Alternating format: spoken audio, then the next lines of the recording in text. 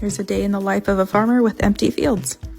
I started transferring our QuickBooks data into our financial software so I can get an idea of where we're at. The balance sheet and the P&L are the two main reports I look at.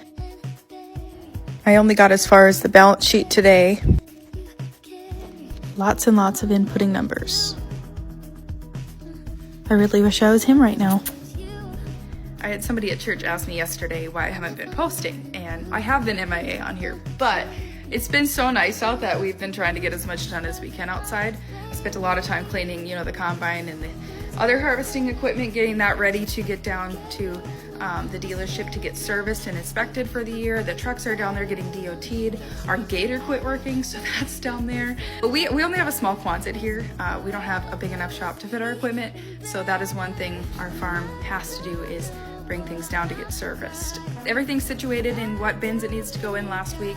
We got this new bin monitoring system, OPI Blue, so that got put in. It's been super nice so far to monitor the grain and the moisture and get bins set to where we want them before we turn the fans off for winter. The grain system cleaned, serviced, greased, the water lines blown out, so everything's winterized. I also had to level all of our bins, and that was a lot of work, but everything's done, buttoned up outside.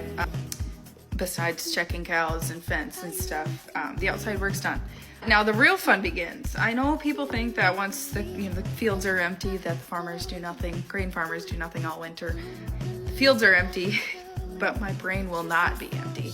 A couple things I started on last week. This is something my dad started back when he started farming. This is a field history of every single field we've ever farmed, or we currently farm. I think he took some out because the binder was getting too big. So for each field, we have the years that we've farmed it. So this one we farmed since 1984. A lot of our ground is owned, but if it is rented, I'll put in what we paid for rent that year. All of our soil tests, we write down the main ones: NPK, sulfur, zinc, keep track of our organic matter as well as our pH, what crop we grew that year, the yield we got on it.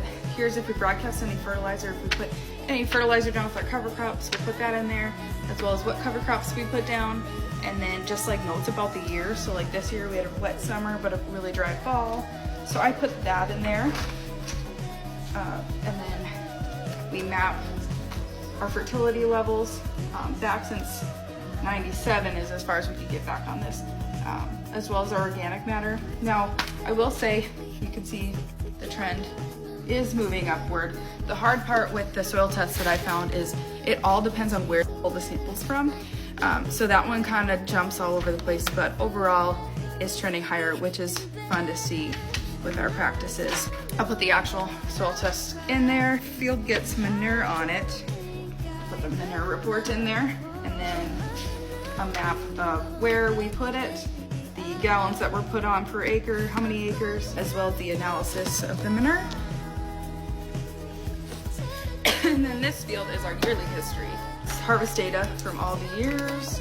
I print the varieties, so for example, this is our corn varieties for the year. I want to keep track on a small piece of paper, so when I make decisions on seed the next year, I have a base to go off of. See, they're color coded. Those are where we would split the planter half and half, so they were side by sides against each other. We try to get like varieties from different companies to go against each other and see, who wins.